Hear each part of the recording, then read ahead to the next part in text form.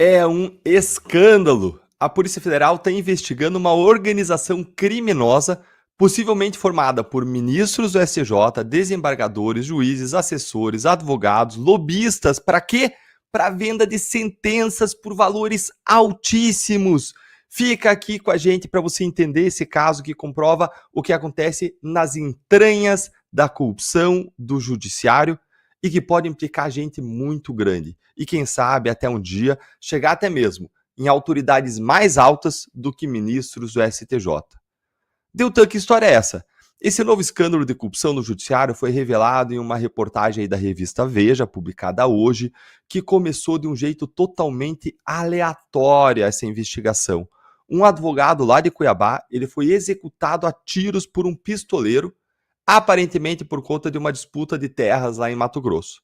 Só que a polícia encontrou um celular caído ao lado do advogado, que foi executado, e aí esse celular revelou uma bomba, uma rede ativa de venda de sentenças nos gabinetes de pelo menos 4 ministros do STJ, do Superior Tribunal de Justiça, que é o segundo tribunal mais poderoso do Brasil, fica atrás apenas do STF. Depois que a polícia achou esse celular ao lado do morto, a perícia lacrou o celular, levaram ele para análise, como manda aí o figurino, como manda o protocolo, só que coisas estranhas começaram a acontecer. Os familiares do advogado morto tentaram impedir de todo jeito a apreensão do aparelho e que os policiais acessassem o conteúdo do celular, alegando que havia ali segredos entre advogado e cliente. Mas não parou por aí. Juízes e desembargadores do Mato Grosso entraram na jogada para impedir também o acesso da polícia ao celular. Um juiz chegou a enviar uma pessoa para a delegacia, que conseguiu recuperar o celular, mas não deu certo. A polícia já tinha extraído tudo. E o que eles descobriram foi uma verdadeira bomba. O conteúdo incriminador do celular mostrou provas cabais de corrupção em gabinetes e ministros do STJ, disse a revista Veja. Seria nos gabinetes dos ministros Isabel Galotti, Og Fernandes, Nancy Endrighi e Moura Ribeiro. E o que revelaram esses documentos? Eles revelaram que decisões desses ministros teriam sido vendidas por assessores e chefes de gabinete para quem pagasse mais. É importante ressaltar aqui que a investigação, até agora, ela não mostrou evidências de que os ministros sabiam desse esquema ou de que eles se beneficiaram dele, o que é algo que a Polícia Federal com certeza irá investigar e a respeito do que cabe à justiça dar a última palavra. Mas a Veja escreveu com todas as letras que há provas cabais de que sentenças e decisões desses ministros foram efetivamente vendidas. Bora entender como que funcionava esse esquema? Era mais ou menos assim, ó. Os assessores ou chefes de gabinete desses ministros enviavam rascunhos das decisões dos ministros, que na área do direito a gente chama de minutas da decisão, para os lobistas, para os advogados, que depois procuravam as partes, as pessoas interessadas nos processos em curso lá no STJ, para oferecer aquela decisão como se fosse uma mercadoria de luxo. Se a parte aceitasse, então ela pagava valores altíssimos e comprava a decisão do ministro, pagando então uma propina, um suborno, um ato de corrupção. Se a pessoa pagasse, o que antes era apenas uma minuta, um rascunho, se transformava em um veredito, em um voto, em uma decisão do ministro. Se a pessoa não pagasse, adivinha o que acontecia? Aí a decisão era modificada para beneficiar a parte contrária. Gente, olha a audácia desse esquema criminoso. Para vocês terem uma ideia da quantidade de provas robustas que a Polícia Federal encontrou nesse caso, tem um diálogo em que um lobista envia para o advogado a minuta de uma decisão que um dos ministros poderia tomar se a propina fosse paga. Aí eles combinam o pagamento do suborno e alguns dias depois sai a decisão.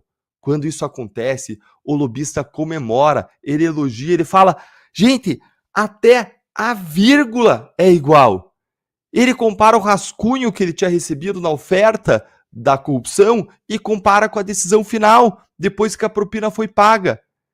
Isso aqui, pessoal, é simplesmente um dos maiores escândalos de corrupção da história do judiciário brasileiro. É inacreditável a falta de pudor, de vergonha desses criminosos que dentro do judiciário estavam operando a venda de sentenças no segundo tribunal mais importante e mais poderoso do país. Isso mostra que a justiça não só ela não usa a venda, como a gente vê no STF, ela censura, ela é parcial, como a gente vê lá no STF, mas isso mostra que a justiça se tornou em grande medida venal. Ela vende sentenças, e aqueles boatos que a gente ouve em relação a tribunais são confirmados por fatos, inclusive envolvendo o segundo maior tribunal do país. Que vergonha! Que vergonha! Em que pé que está essa investigação? Segundo a Veja, promotores do Ministério Público do Mato Grosso fizeram uma cópia do material do celular e enviaram para o CNJ, que encaminhou tudo para a Polícia Federal, e o próprio STJ também já teria dado início às apurações internas e à abertura de processos administrativos disciplinares para investigar esse caso. A essas alturas, eu espero também que a própria PGR e o Paulo Gonet também já tenham aberto inquérito criminal para investigar esse verdadeiro escândalo. Mas eu preciso confessar para vocês que, embora esse caso seja indignante, revoltante, ele não é diferente de todos os casos de corrupção que nós desvendamos e punimos na Lava Jato e que hoje estão sendo anulados por autoridades de onde? Dos tribunais superiores, que estão, aliás, investigando esse novo escândalo de corrupção. E se a Lava Jato, que envolvia políticos e empresários corruptos, inclusive confessos, está sendo anulada, o que dizer de uma investigação de corrupção que envolve o próprio judiciário? Vocês acham que isso vai dar em alguma coisa?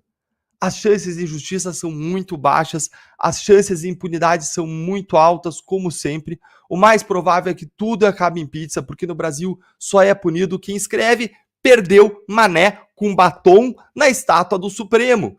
Ou quem vai protestar na Praça dos Três Poderes de Bíblia e de terço na mão. Mas nós não podemos perder a nossa esperança, nós não podemos perder a nossa fé.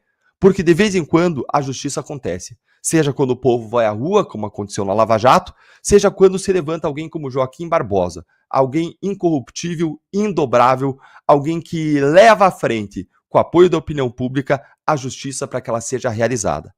Qual que é a sua opinião? O que você acha que vai acontecer nesse caso? Conta aí pra gente nos comentários.